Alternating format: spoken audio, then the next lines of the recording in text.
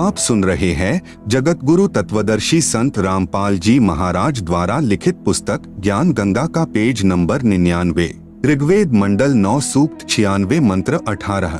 ऋषि मना य ऋषिकृत स्वर्षाः सहस्रणीथः पदवीयः कवीनाम तृतीयम धाम महिषः सिषा संत सोमा विराजमानु राजति स्तुप। ऋषि मना य ऋषिकृत स्वर्षाः सहस्रणीथः पदवीयः कवीनाम तृतीयम धाम महिषः सिषा संत सोमा विराजमानु राजति स्तुप। अनुवाद। वेद बोलने वाला ब्रह्म कह रहा है कि यह यानी जो पूर्ण परमात्मा विलक्षण बच्चे के रूप में आकर कवि नाम यानी प्रसिद्ध कवियों की पदवीयः यानी उपाधि प्राप्त करके अर्थात एक संत या ऋषि की भूमिका करता है, उस ऋषिकृत यानी संत रूप में प्रकट हुए प्रभु द्वारा रची सहस्राणीथः यानी हजारों वाणी ऋषिमना यानी संत स्वभाव वाले व्यक्तियों अर्थात भक्तों के लिए स्वर्षाः यानी स्वर्ग तुल्य आनंददायक होती हैं। सोम यानी वह अमर पुरुष अर्थात सत्पुरुष। तृतीया यानी तीसरे। धाम यानी मुक्ति लोक अर्थात सत्यलोक की। महिषः यानी सुदृढ़ पृथ्वी को। सिषा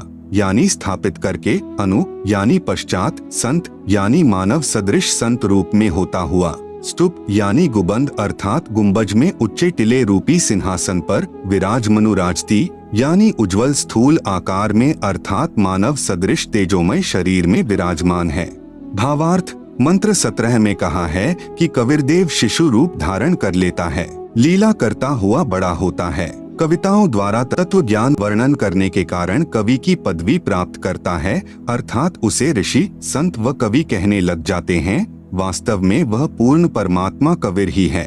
उसके द्वारा रची अमृतवाणी कबीर वाणी यानी कबीरवाणी कही जाती है, जो भक्तों के लिए स्वर्ग तुल्य सुखदायी होती है। वही परमात्मा तीसरे मुक्ति धाम अर्थात सत्यलोक की स्थापना करके एक गुबंद अर्थात गुंबज में सिंहासन पर तेजोमय मानव सदृश शरीर में आकार में विराजमान है।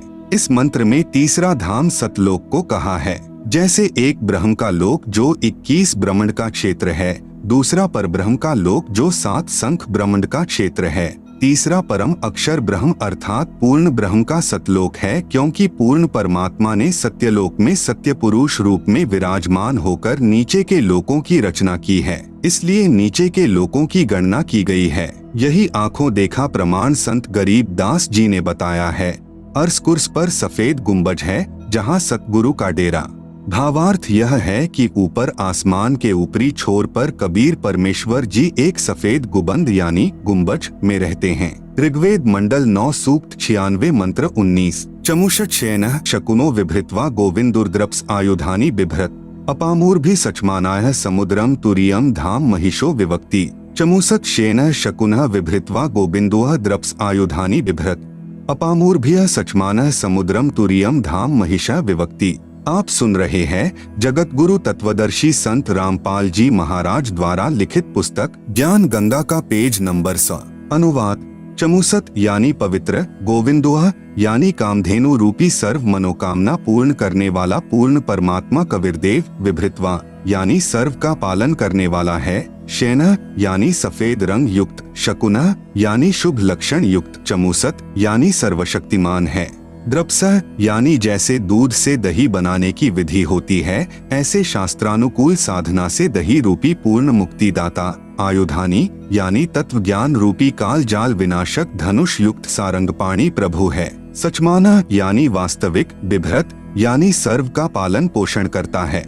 अपामूर्भ्यः यानी गहरे जल युक्त। समुद्रम यानी सागर की तरह गहरा गंभीर अर्थात विशाल। तुरीयम यानी चौथे। धाम यानी लोक अर्थात अनामी लोक में। महिषः यानी उज्जवल सुदृढ़ पृथ्वी पर। विवक्ति यानी अलग स्थान पर भिन्न भी रहता है। यह जानकारी कबीरदेव स्वयं ही भिन्न भिन्न करके विस्तार से देता है। भावार्थ।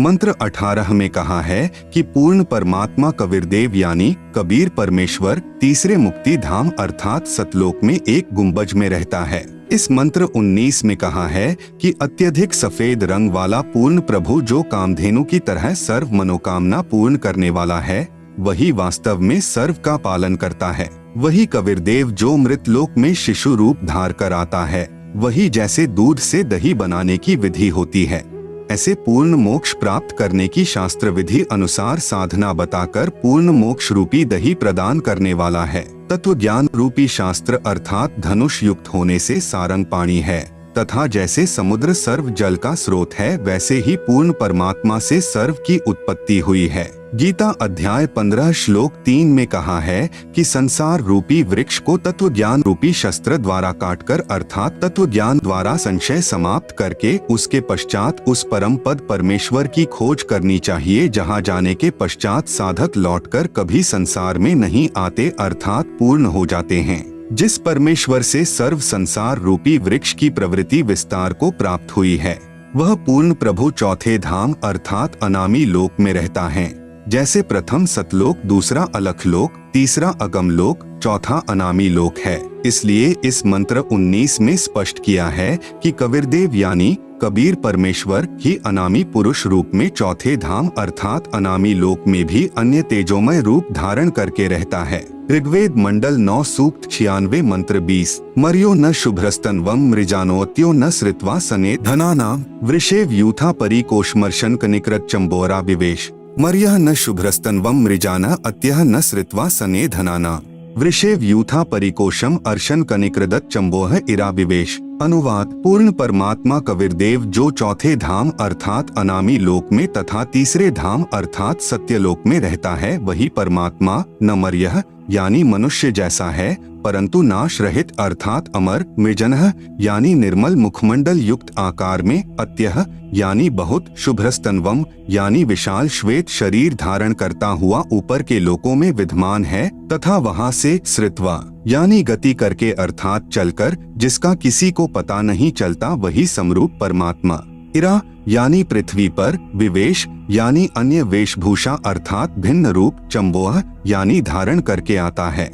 आप सुन रहे हैं जगत गुरु तत्वदर्शी संत रामपाल जी महाराज द्वारा लिखित पुस्तक ज्ञान गंगा का पेज नंबर 101। सतलोक तथा पृथ्वी लोक पर लीला करता है।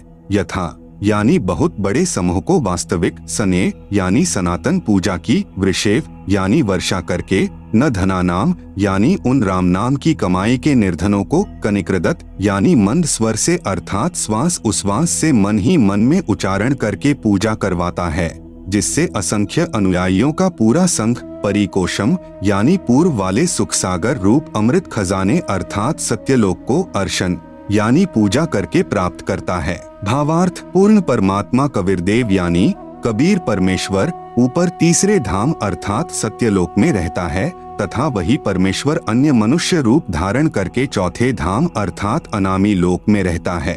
वही परमात्मा वैसा ही मनुष्य वाला समरूप सुंदर मुखमंडल युक्त श्वेत शरीर युक्त आकार में यहाँ पृथ्वी लोक पर भी आता है तथा अपनी वास्तविक पूजा विधि का ज्ञान करवाकर बहुत सारे समूह को अर्थात पूरे संघ को सत्य भक्ति के धनी बनाता है। असंख्य अनुयायियों का पूरा संघ सत्य भक्ति की कमाई से पूर्व वाले सुखमय लोक पूर्ण मुक्ति के खजाने को अर्थात सत्यलोक को साधना करके प्राप्त करता है। अथर्ववेद कांड नंबर 4 अनुवाक नंबर 1 मंत्र नंबर 7। संत रामपाल दास द्वारा भाषा भाष्य। यो अथर्वाणम पित्तरम देवबंधुम बृहस्पतिं नमसाव च गच्छात् त्वं विश्वेशाम जनिता यथा स कविर्देवो न दभायत स्वधावान।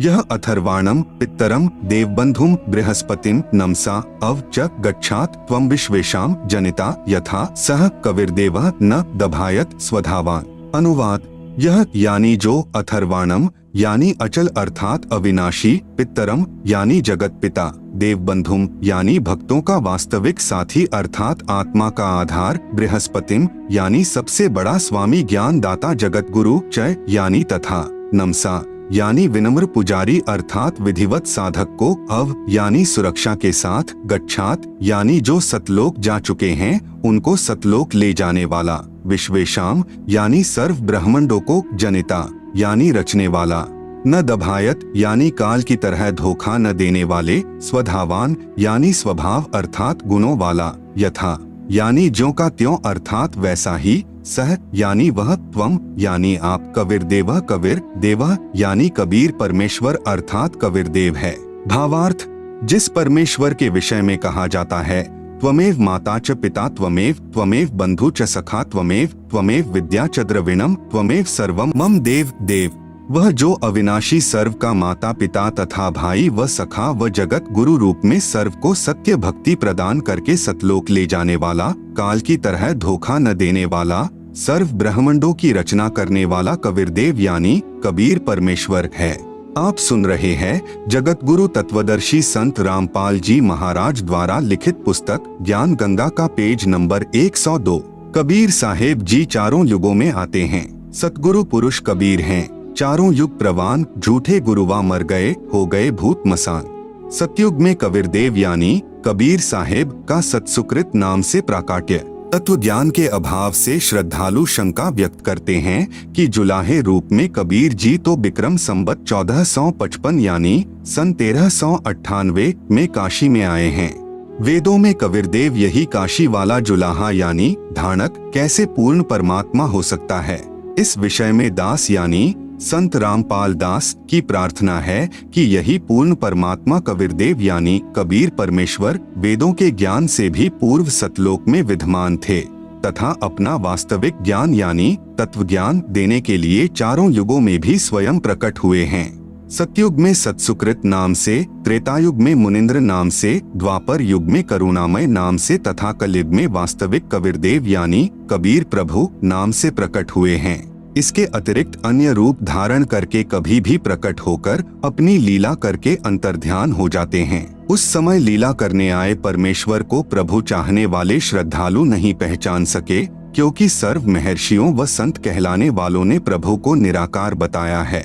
वास्तव में परमात्मा आकार में है, मनुष्य सदृश शरीर युक्त हैं, परंतु परमेश्वर का शरीर नाड़ियों के योग से बना 5 तत्व का नहीं है, एक नूर तत्व से बना है। पूर्ण परमात्मा जब चाहे यहाँ प्रकट हो जाते हैं। वे कभी माँ से जन्म नहीं लेते, क्योंकि वे सर्व के उत्पत्ति करता हैं। पूर्ण प्रभु कबीर जी यानी कबीरदेव सतयुग में सत्सुकृत नाम से स्वयं प्रकट हुए थे।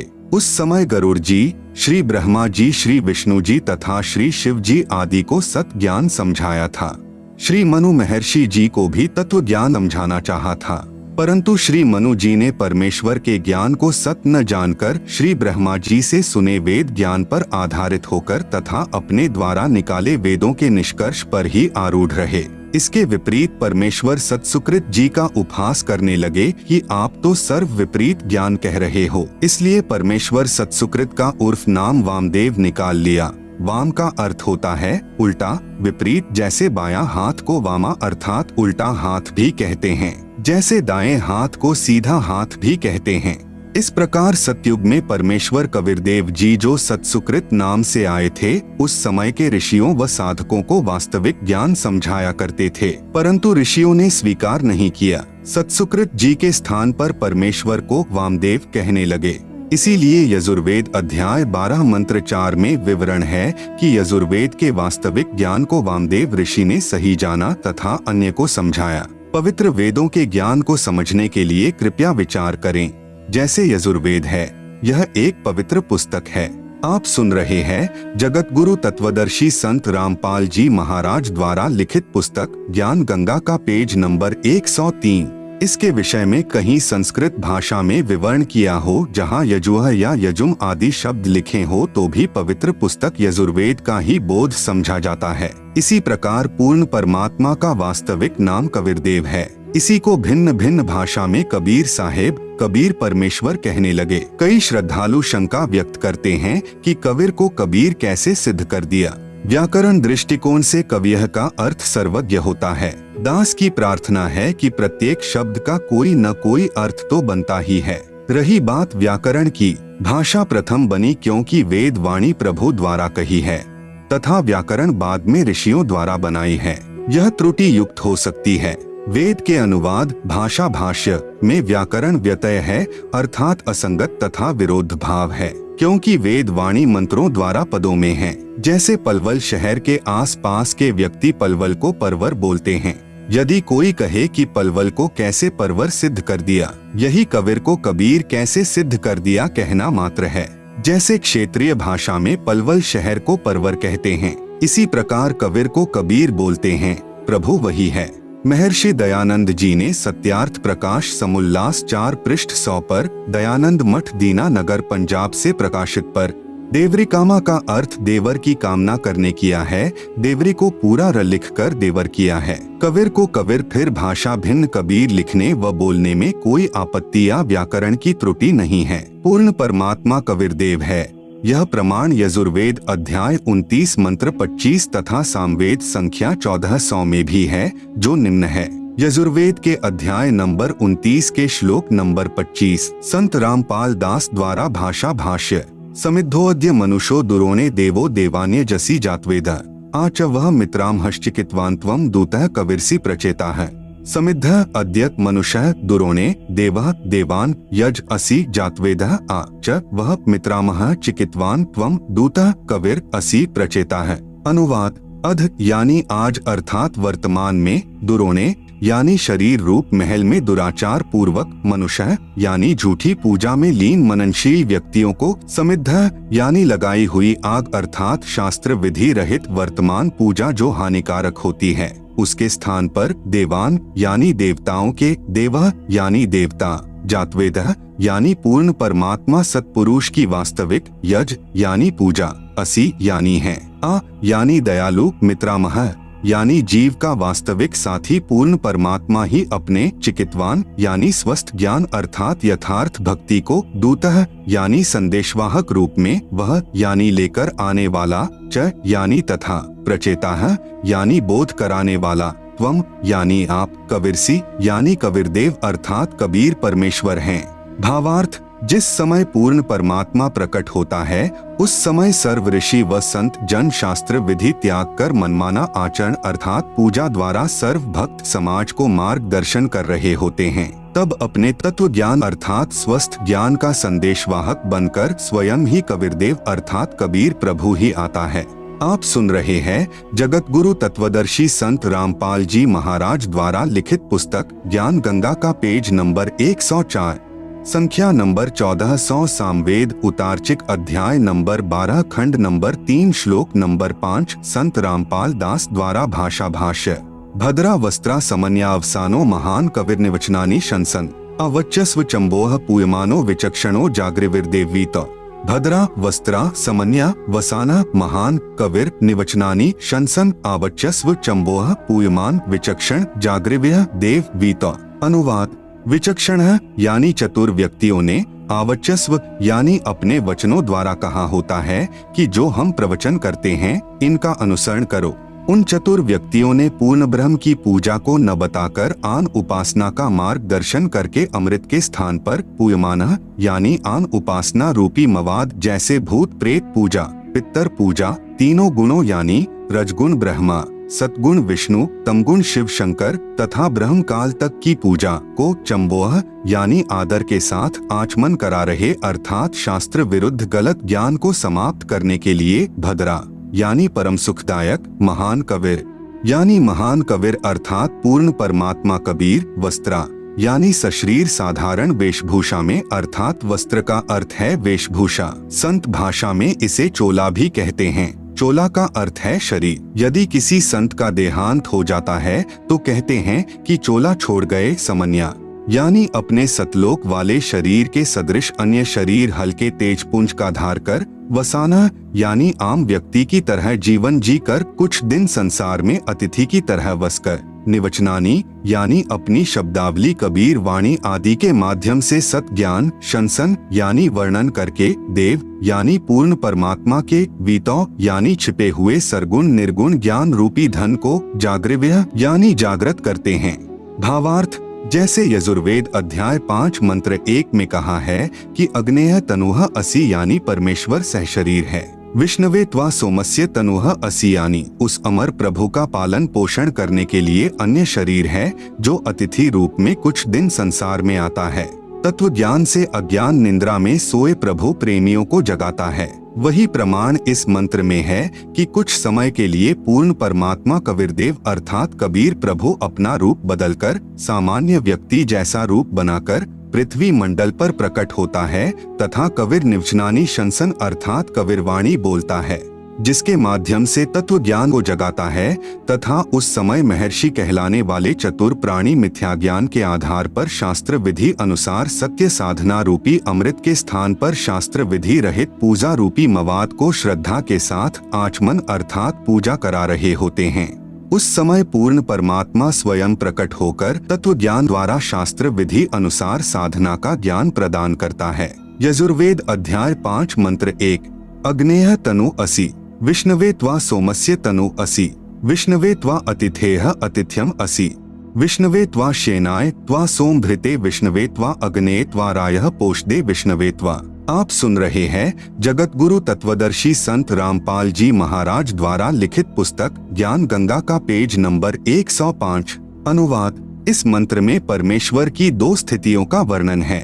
एक स्थिति में परमेश्वर ऊपर के लोकों में तेजोमय शरीर युक्त है। दूसरी स्थिति में परमेश्वर ऋषि या संत की वेशभूषा में साधारण व्यक्ति की तरह शरीर धारण करके सर्व आत्माओं को संभालता है। जैसे अतिथि अर्थात मेहमान आता है। अतिथि का भावार्थ है कि जिसके आने की तिथि पूर्व निर्धारित न हो। उस परमात्मा के अतिथि रूप में आने की भी 2 स्थिति हैं। जैसे नंबर 1, परमात्मा कुछ समय संसार में रहकर आम व्यक्ति की तरह जीवन जीकर अपना तत्व ज्ञान प्रचार करता है। जैसे परमेश्वर कबीर रूप से प्रकट होकर बनारस काशी शहर में 120 वर्ष रहे।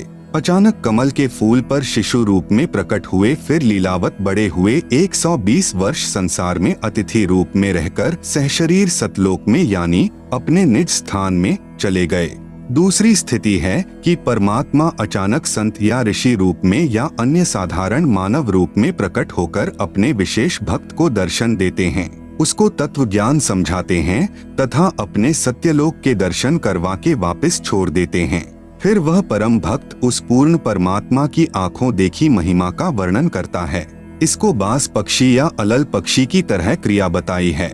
जैसे बाज पक्षी अति शीघ्रता से अन्य पक्षी पर झपटता है, उसे लेकर शीघ्र चला जाता है। इसी प्रकार एक अलल यानी वायु में आकाश में रहने वाला पक्षी से तुलना की है, जो शीघ्र नीचे आता है तथा हाथियों को उठाकर शीघ्र वापस आकाश में चला जाता है। जैसे परमात्मा अचानक प्रकट होकर संत नानक जी को बेई नदी पर मिले, सच्चखंड अर्थात सतलोक के दर्शन करवा के तीसरे दिन अचानक पृथ्वी पर छोड़ दिया। उसके पश्चात संत नानक साहेब जी ने पूर्ण परमात्मा की महिमा का आंखों देखा गुणगान किया, जो उनकी अमृतवाणी में गुरु ग्रंथ साहिब में महिला पहला में विद्यमान है। इसी प्रकार सन 1727 में संत गरीबदास जी को गांव छुड़ानी जिला झज्जर हरियाणा प्रांत में नला नामक खेत में परमेश्वर जिंदा महात्मा यानी एक संत के रूप में मिले। सतलोक दिखाकर उसी दिन वापस पृथ्वी पर छोड़ दिया। उसके पश्चात संत गरीबदास साहेब जी ने परमात्मा की महिमा का आंखों देखा विवरण वर्णन किया, जो उनकी अमृतवाणी में सदग्रंथ वाणी गरीबदास में विद्यमान है। इसी प्रकार संत दादू साहेब जी को मिले, संत मलूक दास साहेब जी को मिले, संत धर्मदास साहेब जी को मिले, संत घीसा दास साहेब जी को मिले, हजरत मोहम्मद साहेब जी को मिले, राजा अब्राहिम अधम सुल्तान जी को मिले। अन्य बहुत से महात्माओं को पूर्ण प्रभु अतिथि रूप में दूसरी विधि से मिले तथा अपना यथार्थ आध्यात्मिक ज्ञान यानी तत्व ज्ञान का प्रचार किया तथा अपनी आत्माओं का कल्याण किया। आचार्य स्वामी रामानंद जी को मिले तथा उनको सत्यलोक के दर्शन करवाए। आचार्य स्वामी रामानंद जी ने आंखों देखकर पूर्ण परमेश्वर कबीर जी की महिमा का वर्णन किया। दोहु ठोर है एक तू भया एक से दो, हे कबीर हम कारणे आए हो मगजोय। आप सुन रहे हैं जगत गुरु तत्वदर्शी संत रामपाल जी महाराज द्वारा लिखित पुस्तक ज्ञान गंगा का पेज नंबर 106। स्वामी रामानंद जी ने कहा है, कबीर परमेश्वर आप ऊपर तेजोमय शरीर में तथा यहाँ दोनों स्थानों पर आप ही हैं। हमारे लिए आप इतना रास्ता चल कर आए हैं। अग्ने यानी स्वप्रकाशित परमेश्वर, तनुह यानी सशरीर, असि यानी है अर्थात परमेश्वर तेजोमय शरीर सहित है। विष्णवे यानी पालन पोषण करने के लिए अर्थात सर्व लोकों की आत्माओं की आवश्यकता पूर्ति के लिए, त्वा यानी उस, सोमस्य यानी अमर पुरुष का अर्थात अविनाशी परमात्मा का, तनुह यानी शरीर, असि यानी है सोम पुरुष अर्थात अमर प्रभु तीनों लोकों में प्रवेश करके सर्व का पालन पोषण करता है। वह अतिथि रूप में प्रवेश करता है, अर्थात अचानक प्रकट होता है।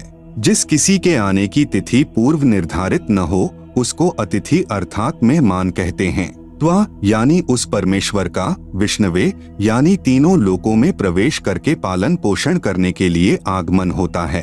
अतिथे यानी अतिथि रूप में प्रकट परमेश्वर, अतिथ्यम यानी अतिथियन अर्थात पूजा के योग्य, असि यानी है। त्वा यानी उस परमात्मा का आगमन, विष्णवे यानी पालन करने के लिए, सोमभन्ते यानी अमर सुख प्रदान करने के लिए अर्थात पूर्ण मोक्ष मार्ग प्रदान करके भक्ति रूपी अमृत से परिपूर्ण करने के लिए दो प्रकार से होता है।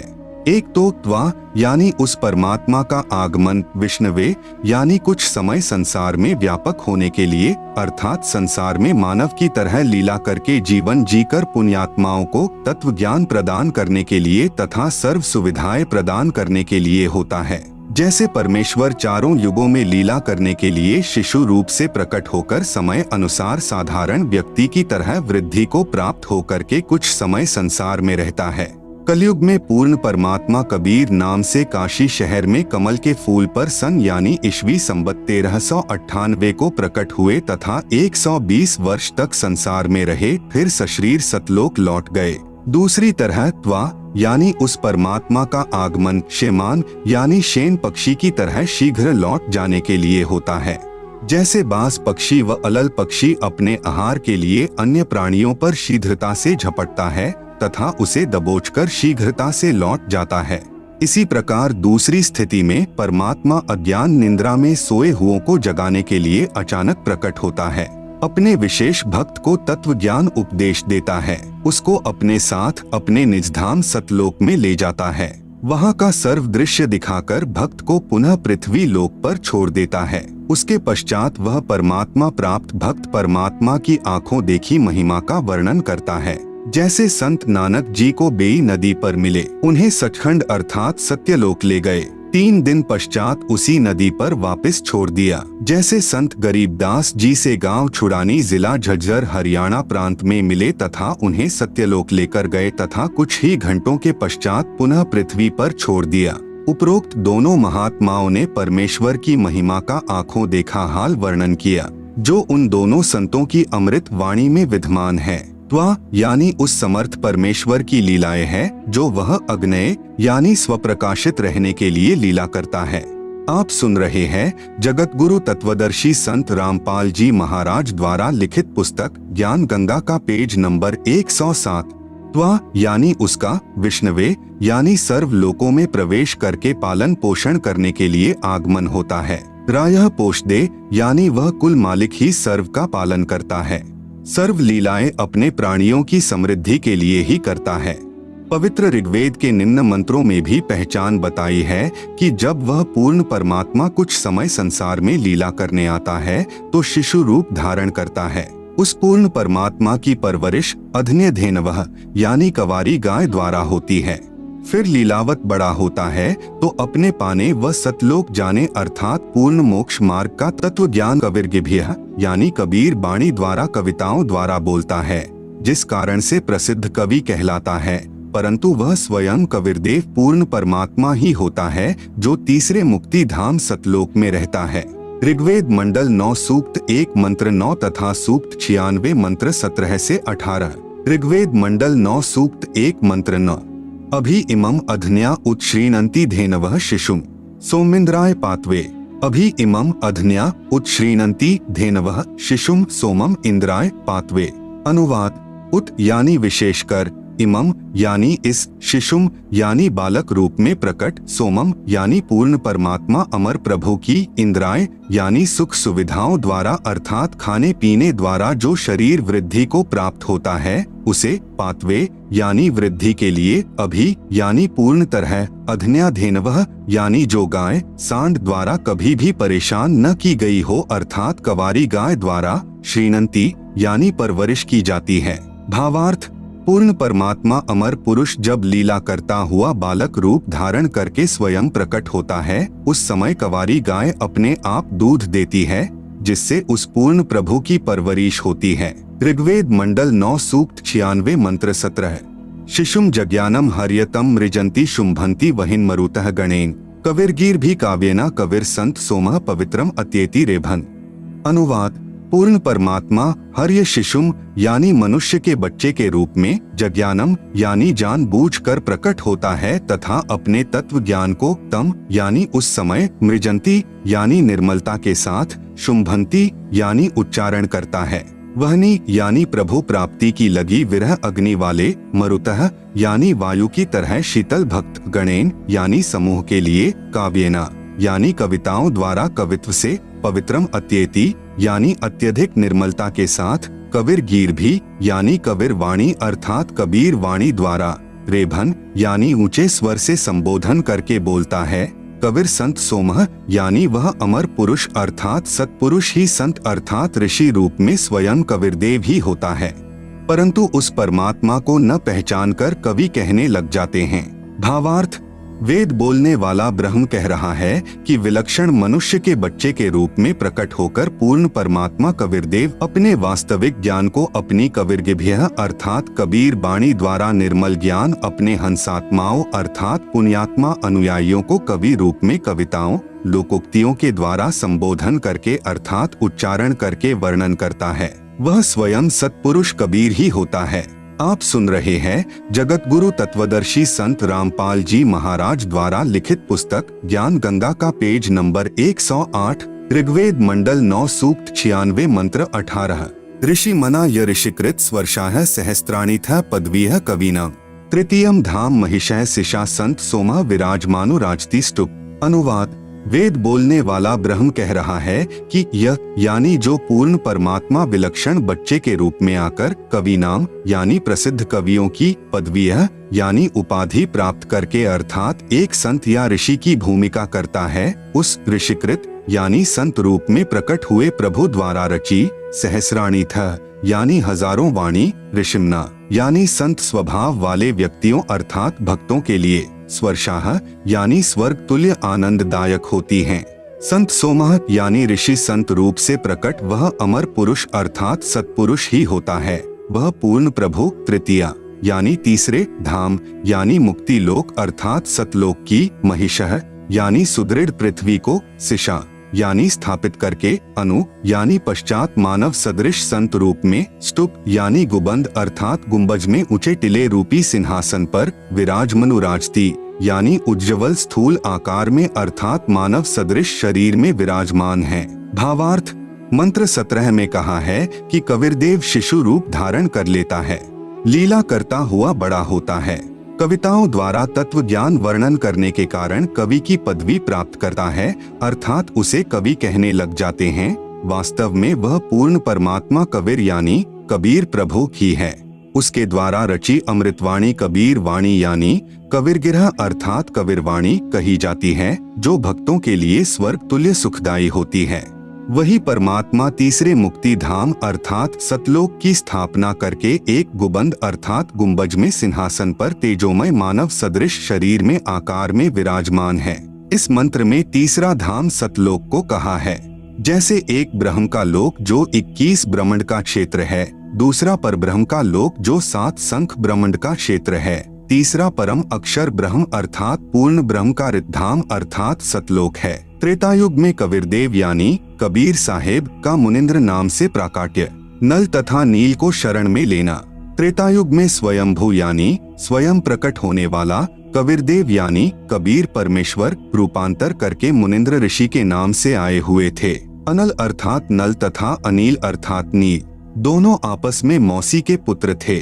माता पिता का देहांत हो चुका था। नल तथा नील दोनों शारीरिक व मानसिक रोग से अत्यधिक पीड़ित थे। सर्व ऋषियों व संतों से कष्ट निवारण की प्रार्थना कर चुके थे। सर्व संतों ने बताया था कि यह आपका प्रारब्ध का पाप कर्म का दंड है, यह आपको भोगना ही पड़ेगा, इसका कोई समाधान नहीं है। आप सुन रहे हैं जगत गुरु तत्वदर्शी संत रामपाल जी महाराज द्वारा लिखित पुस्तक ज्ञान गंगा का पेज नंबर 109। दोनों दोस्त जीवन से निराश होकर मृत्यु का इंतजार कर रहे थे। एक दिन दोनों को मुनिंद्र नाम से प्रकट पूर्ण परमात्मा का सत्संग सुनने का अवसर प्राप्त हुआ। सत्संग के उपरांत जो ही दोनों ने परमेश्वर कबीरदेव यानी कबीर साहेब उर्फ मुनिंद्र ऋषि जी के चरण छुए तथा परमेश्वर मुनिंद्र जी ने सिर पर हाथ रखा तो दोनों का असाध्य रोग छू मंत्र हो गया, अर्थात दोनों नल तथा नील स्वस्थ हो गए। इस अद्भुत चमत्कार को देखकर प्रभु के चरणों में गिरकर घंटों रोते रहे तथा कहा, आज हमें प्रभु मिल गया जिसकी तलाश थी, तथा उससे प्रभावित होकर उनसे नाम यानी दीक्षा ले लिया तथा मुनिंद्र साहेब जी के साथ ही सेवा में रहने लगे। पहले संतों का समागम पानी की व्यवस्था देखकर नदी के किनारे पर होता था। नल और नील दोनों बहुत प्रभु प्रेमी तथा भोली आत्माएं थी। परमात्मा में श्रद्धा बहुत थी, सेवा बहुत किया करते थे। समागमों में रोगी व वृद्ध व विकलांग भक्तजन आते तो उनके कपड़े धोते तथा बर्तन साफ करते, उनके लोटे और गिलास मांज देते थे। परंतु थे भोले से दिमाग के, कपड़े धोने लग जाते तो सत्संग में जो प्रभु की कथा सुनी होती उसकी चर्चा करने लग जाते। वे दोनों प्रभु चर्चा में बहुत मस्त हो जाते और वस्तुएं दरिया के जल में डूब जाती, उनको पता भी नहीं चलता। किसी की 4 वस्तु लेकर जाते तो 2 वस्तु वापस लाकर देते थे। भक्तजन कहते कि भाई आप सेवा तो बहुत करते हो परंतु हमारा तो बहुत काम बिगाड़ देते हो। ये खोई हुई वस्तुएं हम कहाँ से लेकर आएं? आप हमारी सेवा ही करनी छोड़ दो, हम अपनी सेवा आप ही कर लेंगे। फिर नल तथा नील रोने लग जाते थे कि हमारी सेवा न छीनो, अब की बार नहीं खोएंगे। परंतु फिर वही काम करते, फिर प्रभु की चर्चा में लग जाते और वस्तुएं दरिया जल में डूब जाती। भक्तजनों ने ऋषि मुनिंद्र जी से प्रार्थना की कि कृपा नल तथा नील को समझाओ। ये न तो मानते हैं और मना करते हैं तो रोने लग जाते हैं। हमारी तो आधी भी वस्तुएं वापस नहीं लाते। ये नदी किनारे सत्संग में सुनी भगवान की चर्चा में मस्त हो जाते हैं और वस्तुएं डूब जाती हैं। मुनिंद्र साहेब ने 1-2 बार तो उन्हें समझाया, वे रोने लग जाते थे कि साहेब हमारी ये सेवा न छीनो। सतगुरु मुनिंद्र साहेब ने कहा, बेटा नल तथा नील खूब सेवा करो, आज के बाद आपके हाथ से कोई भी वस्तु चाहे पत्थर या लोहा भी क्यों न हो जल में नहीं डूबेगी। मुनिंद्र साहेब ने उनको यह आशीर्वाद दे दिया। आपने रामायण सुनी है। एक समय की बात है कि सीता जी को रावण उठा कर ले गया। भगवान राम को पता भी नहीं कि सीता जी को कौन उठा ले गया। श्री रामचंद्र जी इधर उधर खोज करते हैं। हनुमान जी ने खोज करके बताया कि सीता माता लंका पति रावण राक्षस की कैद में है। पता लगने के बाद भगवान राम ने रावण के पास शांति दूत भेजे तथा प्रार्थना की कि सीता लौटा दे, परंतु रावण नहीं माना। युद्ध की तैयारी हुई, तब समस्या यह आई कि समुद्र से सेना कैसे पार करें। भगवान श्री रामचंद्र ने 3 दिन तक घुटनों पानी में खड़ा होकर हाथ जोड़कर समुद्र से प्रार्थना की कि रास्ता दे दे, परंतु समुद्र टस से मस न हुआ। आप सुन रहे हैं जगत गुरु तत्वदर्शी संत रामपाल जी महाराज द्वारा लिखित पुस्तक ज्ञान गंगा का पेज नंबर 110। जब समुद्र नहीं माना तब श्री राम ने उसे अग्नि बाण से जलाना चाहा।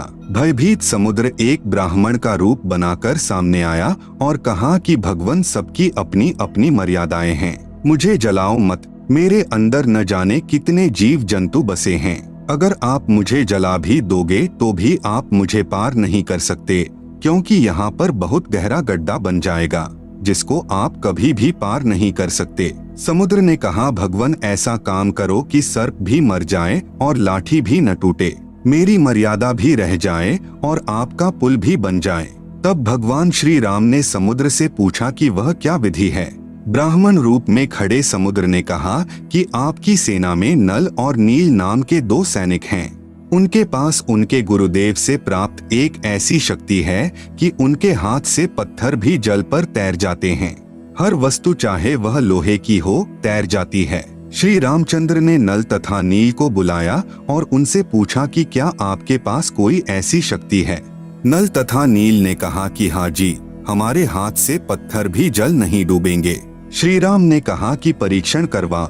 उन नादानों यानी नल नील ने सोचा कि आज सबके सामने तुम्हारी बहुत महिमा होगी। उस दिन उन्होंने अपने गुरुदेव भगवान मुनिंद्र यानी कबीर साहेब को यह सोचकर याद नहीं किया कि अगर हम उनको याद करेंगे तो कहीं श्री राम ये न सोच लें कि इनके पास शक्ति नहीं है, यह तो कहीं और से मांगते हैं। उन्होंने पत्थर उठाकर पानी में डाला तो वह पत्थर पानी में डूब गया। नल तथा नील ने बहुत कोशिश की परंतु उनसे पत्थर नहीं तैरे। तब भगवान राम ने समुद्र की ओर देखा, मानो कहना चाह रहे हो कि आप तो झूठ बोल रहे हो, इनमें तो कोई शक्ति नहीं है। समुद्र ने कहा कि नल नील, आज तुमने अपने गुरुदेव को याद नहीं किया। नादानों, अपने गुरुदेव को याद करो। वे दोनों समझ गए कि आज तो हमने गलती कर दी। उन्होंने सतगुरु मुनिंद्र साहेब जी को याद किया। सतगुरु मुनिंद्र यानी कबीर साहेब वहां पर पहुंच गए। भगवान रामचंद्र जी ने कहा कि हे ऋषिवर, मेरा दुर्भाग्य है कि आपके सेवकों के हाथों से पत्थर नहीं तैर रहे हैं। मुनिंद्र साहेब ने कहा कि अब इनके हाथ से तैरेंगे भी नहीं, क्योंकि इनको अभिमान हो गया है। सतगुरु की वाणी प्रमाण करती है कि गरीब जैसे माता गर्भ को राखे जतन बनाए, ठेस लगे तो क्षीण होवे, तेरी ऐसे भक्ति जाए। उस दिन के पश्चात नल तथा नील की वह शक्ति समाप्त हो गई। श्री रामचंद्र जी ने परमेश्वर मुनिंद्र साहेब जी से कहा कि हे ऋषिवर, मुझ पर बहुत आपत्ति आई हुई है, दया करो, किसी प्रकार सेना परले पार हो जाए। जब आप अपने सेवकों को शक्ति दे सकते हो तो प्रभु कुछ रजा करो। मुनिंद्र साहेब ने कहा कि यह जो सामने वाला पहाड़ है, मैंने उसके चारों तरफ एक रेखा खींच दी है, इसके बीच बीच के पत्थर उठा लाओ, वे नहीं डूबेंगे। श्री राम ने परीक्षण के लिए पत्थर मंगवाया, उसको पानी पर रखा तो वह तैरने लग गया। नल तथा नील कारीगर यानी शिल्पकार भी थे। हनुमान जी प्रतिदिन भगवान याद किया करते थे। उसने अपनी दैनिक क्रिया भी साथ रखी। राम राम भी लिखता रहा और पहाड़ के पहाड़ उठा कर ले आता था। आप सुन रहे हैं जगत गुरु तत्वदर्शी संत रामपाल जी महाराज द्वारा लिखित पुस्तक ज्ञान गंगा का पेज नंबर 111। नल नील उनको जोड़ तोड़ कर पुल में लगा लेते थे। इस प्रकार पुल बना था। धर्मदास जी कहते हैं, रहे नल नील जतन कर हार, तब सतगुरु से करी पुकार, जा सत रेखा लिखी अपार, सिंधु पर शिला तिराने वाले। धन धन सतगुरु सत कबीर, भक्त की पीर मिटाने वाले। कोई कहता था कि हनुमान जी ने पत्थर पर राम का नाम लिख दिया था, इसलिए पत्थर तैर गए। कोई कहता था कि नल नील ने पुल बनाया था। कोई कहता था कि श्री राम ने पुल बनाया था, परंतु यह सत कथा ऐसे है जैसे आपको ऊपर बताई गई है। सत कबीर की साखी, पृष्ठ 179 से 182 तक।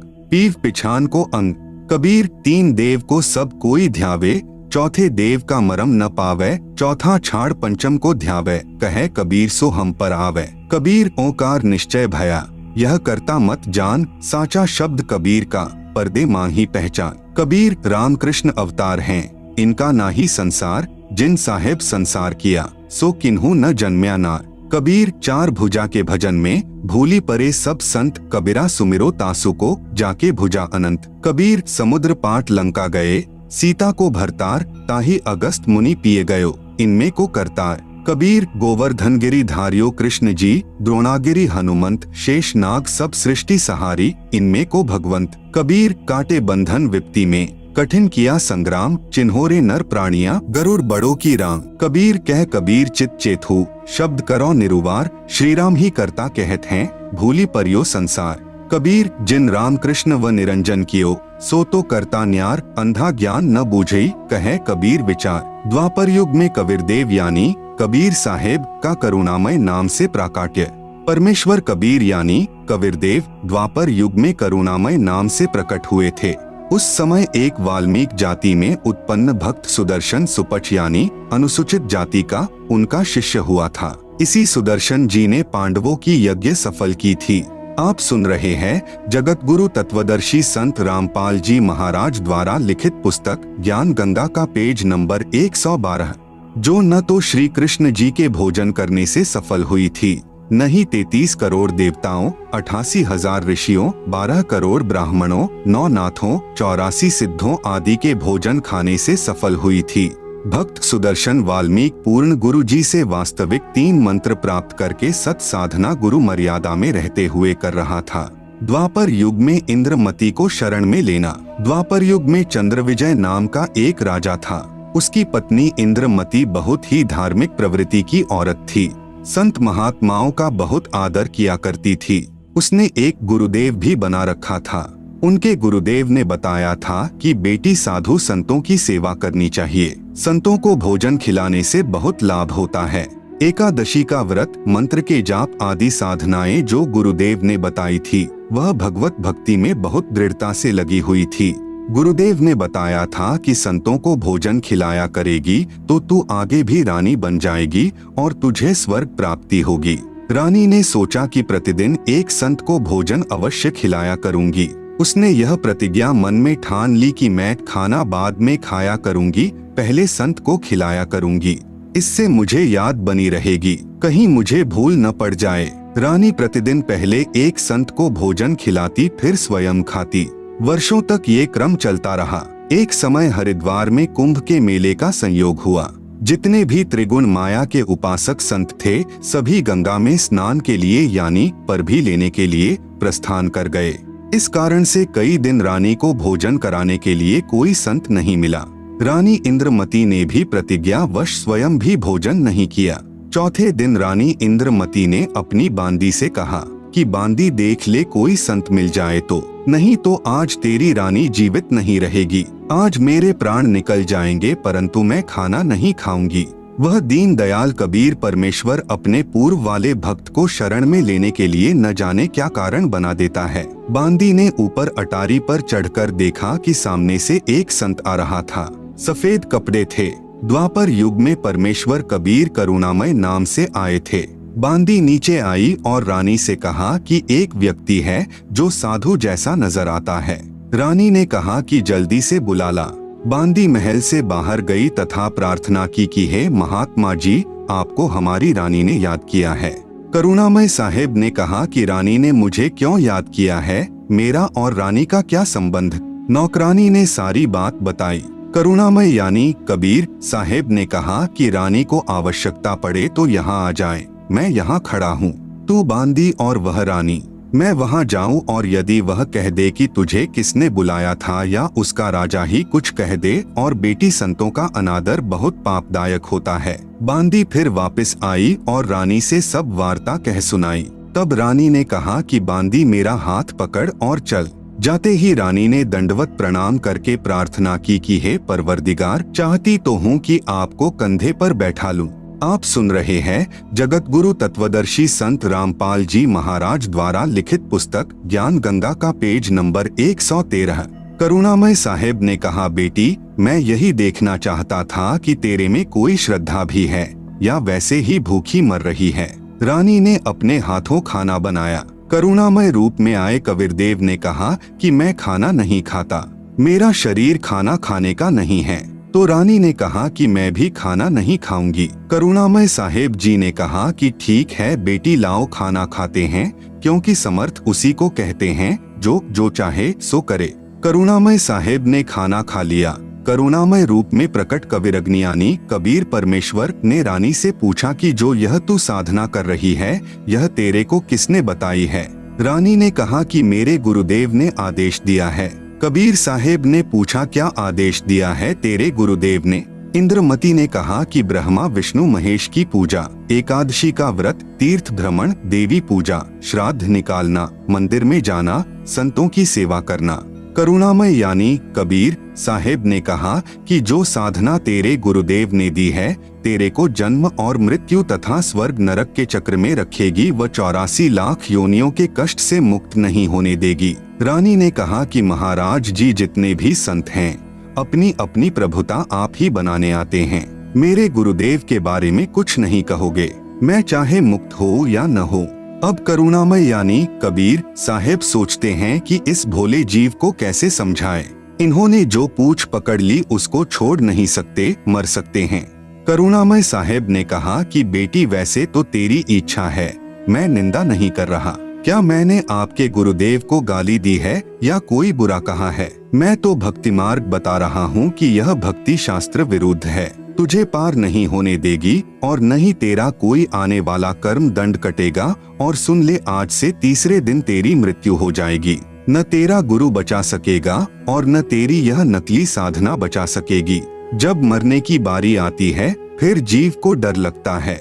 वैसे तो नहीं मानते। रानी ने सोचा कि संत झूठ नहीं बोलते, कहीं ऐसा न हो कि मैं परसों ही मर जाऊं। इस डर से करुणामय साहेब से पूछा कि साहेब, क्या मेरी जान बच सकती है? कबीर साहेब यानी करुणामय ने कहा कि बच सकती है।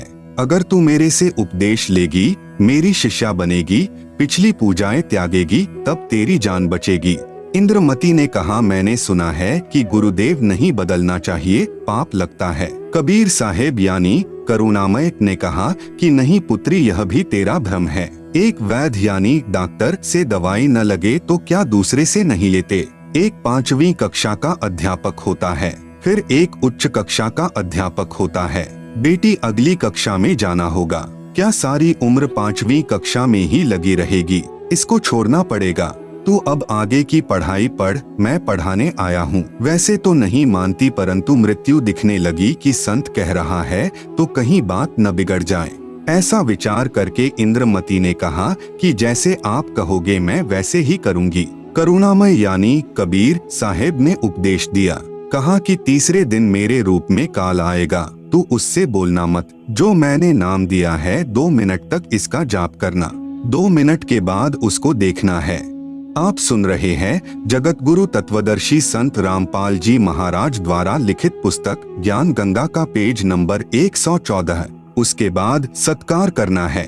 वैसे तो गुरुदेव आए तो अति शीघ्र चरणों में गिर जाना चाहिए, ये मेरा केवल इस बार आदेश है। रानी ने कहा, ठीक है जी। अब रानी को तो चिंता बनी हुई थी, श्रद्धा से जाप कर रही थी। कबीर साहेब यानी करुणामय साहेब का रूप बनाकर गुरुदेव रूप में काल आया। आवाज लगाई, इंद्रमती इंद्रमती। अब उसको तो पहले ही डर था, नाम स्मरण किया, काल की तरफ नहीं देखा। 2 मिनट के बाद जब देखा तो काल का स्वरूप बदल गया। काल का ज्यों का त्यों चेहरा दिखाई देने लगा, करुणामय साहेब का स्वरूप नहीं रहा। जब काल ने देखा कि तेरा तो स्वरूप बदल गया, वह जान गया कि इसके पास कोई शक्ति युक्त मंत्र है। यह कहकर चला गया कि तुझे फिर देखूंगा, अब तो बच गई। रानी बहुत खुश हुई, फूली नहीं समाई। कभी अपनी बांदियों को कहने लगी कि मेरी मृत्यु होनी थी, मेरे गुरुदेव ने मुझे बचा दिया। राजा के पास गई तथा कहा कि आज मेरी मृत्यु होनी थी, मेरे गुरुदेव ने रक्षा कर दी, मुझे लेने के लिए काल आया था। राजा ने कहा कि तू ऐसे ही ड्रामे करती रहती है, काल आता तो क्या तुझे छोड़ जाता? ये संत वैसे बहका देते हैं। राजा की बात को रानी कैसे माने? खुशी खुशी में रानी अपने कक्ष में जाकर लेट गई। कुछ देर के बाद सर्प बनकर काल फिर आया और रानी को डस लिया। जो ही सर्प ने डसा रानी को पता चल गया। रानी जोर से चिल्लाई, मुझे सांप ने डस लिया। नौकर भागे। देखते ही देखते एक मोरी यानी पानी निकलने का छोटा छिद्र में से वह सर्प निकल गया। अपने गुरुदेव को पुकार कर रानी बेहोश हो गई। करुणामय यानी कबीर साहेब वहाँ प्रकट हो गए। लोगों को दिखाने के लिए मंत्र बोला। वे तो बिना मंत्र भी जीवित कर सकते हैं, किसी जंत्र मंत्र की आवश्यकता नहीं। इंद्रमती को जीवित कर दिया। रानी ने बड़ा शुक्र मनाया कि हे बंदी छोड़, यदि आज आपकी शरण में नहीं होती तो मेरी मृत्यु हो जाती। कबीर परमेश्वर ने कहा कि इंद्रमती, इस काल को मैं तेरे घर में घुसने भी नहीं देता, तेरे पर यह हमला भी नहीं करता। परंतु तुझे विश्वास नहीं होता। तू यह सोचती कि मेरे ऊपर कोई आपत्ति नहीं आनी थी। गुरुजी ने मुझे बहकाकर नाम दे दिया, इसलिए तेरे को थोड़ा सा झटका दिखाया है, नहीं तो बेटी तेरे को विश्वास नहीं होता।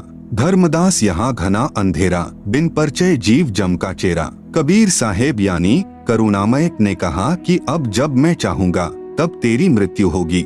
गरीबदास जी कहते हैं कि गरीब काल डरे करतार से, जय जय जय जगदीश, जौरा जौरी झाड़ती पग रज डारे शीश। यह काल कबीर भगवान यानी कबीर परमेश्वर से डरता है और यह मौत कबीर साहेब के जूते झाड़ती है, अर्थात नौकर तुल्य है। फिर उस धूल को अपने सिर पर लगाकर कहती है कि आपके भक्त के पास मैं नहीं जाऊंगी। गरीब काल जो पीसे पीसना, जौरा है पनिहार, ये 2 असल मजूर हैं मेरे साहेब के दरबार। आप सुन रहे हैं जगत गुरु तत्वदर्शी संत रामपाल जी महाराज द्वारा लिखित पुस्तक ज्ञान गंगा का पेज नंबर 115। यह काल जो यहाँ का 21 ब्रह्मांड का भगवान यानी ब्रह्म है तथा जो ब्रह्मा विष्णु महेश का पिता है, ये तो मेरे कबीर साहेब का आटा पीसता है, अर्थात पक्का नौकर है। और जौरा यानी मौत मेरे कबीर परमेश्वर का पानी भरती है, अर्थात एक विशेष नौकरानी है। यह 2 असल मजदूर मेरे कबीर परमेश्वर के दरबार में हैं। कुछ दिनों के बाद साहेब फिर आए। रानी इंद्रमती को सतनाम प्रदान किया। फिर कुछ समय के उपरांत करुणामय साहेब ने रानी इंद्रमती की अति श्रद्धा देखकर सारनाम दिया, शब्द की उपलब्धि करवाई। कबीर परमेश्वर रानी इंद्रमती को समय समय पर दर्शन देने जाते रहते थे, तो इंद्रमती प्रार्थना किया करती थी कि मेरे पति राजा को समझाओ मालिक, यह भी मान जाए, आपके चरणों में आ जाए तो मेरा जीवन सफल हो जाए। चंद्रविजय से कबीर साहेब ने प्रार्थना की कि चंद्रविजय आप भी नाम लो, यह 2 दिन का राज और ठाठ है, फिर 84 लाख योनियों में प्राणी चला जाएगा। चंद्रविजय ने कहा कि भगवान मैं तो नाम लूं नहीं और आपकी शिष्या को मना करूं नहीं, चाहे सारे खजाने को ही दान करो, चाहे किसी प्रकार का सत्संग करवाओ, मैं मना नहीं करूंगा। कबीर साहेब यानी करुणामय ने पूछा आप नाम क्यों नहीं लोगे? चंद्रविजय राजा ने कहा कि मैंने तो बड़े बड़े राजाओं की पार्टियों में जाना पड़ता है। करुणामय यानी कबीर साहेब ने कहा कि पार्टियों में जाने में नाम क्या बाधा करेगा, सभा में जाओ, वहाँ काजू खाओ, दूध पी लो, शरबत जूस पी लो, शराब मत प्रयोग करो, शराब पीना महापाप है। परंतु राजा नहीं माना। रानी की प्रार्थना पर करुणामय यानी कबीर साहेब ने राजा को फिर समझाया कि नाम के बिना ये जीवन ऐसे ही व्यर्थ हो जाएगा, आप नाम ले लो। राजा ने फिर कहा कि गुरुजी मुझे नाम के लिए मत कहना, आपकी शिष्या को मैं मना नहीं करूंगा, चाहे कितना दान करे, कितना सत्संग करवाए। साहेब ने कहा कि बेटी इस 2 दिन के सुख को देखकर इसकी बुद्धि भ्रष्ट हो चुकी है, तू प्रभु के चरणों में लगी रह, अपना आत्म कल्याण करवा। यहाँ कोई किसी का पति नहीं, कोई किसी की पत्नी नहीं, पूर्व जन्म के संस्कार से 2 दिन का संबंध है, अपना कर्म बना बेटी। अब इंद्रमती 80 वर्ष की बुढ़िया हो गई है, कहाँ 40 साल की उम्र में मर जाना था। जब शरीर भी हिलने लगा तब करुणामय साहेब बोले अब बोल इंद्रमती क्या चाहती है, चलना चाहती है सतलोक? इंद्रमती ने कहा कि परमेश्वर मैं तैयार हूँ, बिल्कुल तैयार हूँ दाता। करुणामय साहेब ने कहा कि तेरी पोते या पोती में कोई ममता तो नहीं है? रानी ने कहा बिल्कुल नहीं परमेश्वर, आपने ज्ञान ही ऐसा निर्मल दे दिया, इस गंदे लोक की क्या इच्छा करूँ? कबीर यानी करुणामय परमेश्वर जी ने कहा कि चल बेटी। रानी प्राण त्याग गई। परमेश्वर कबीर यानी करुणामय बंदी छोड़ रानी इंद्रमती की आत्मा को ऊपर ले गए। इसी ब्रह्मांड में एक मानसरोवर है, उस मानसरोवर पर जाकर इस आत्मा को स्नान कराना होता है। इस प्राणी को कबीर परमेश्वर पूरे गुरु के स्वरूप में प्रकट होकर कुछ समय तक मानसरोवर पर रखते हैं। परमेश्वर कबीर बंदी छोड़ जी ने इंद्रमती से फिर पूछा इस संसार में तेरी कुछ इच्छा हो तो दोबारा जन्म लेना पड़ेगा।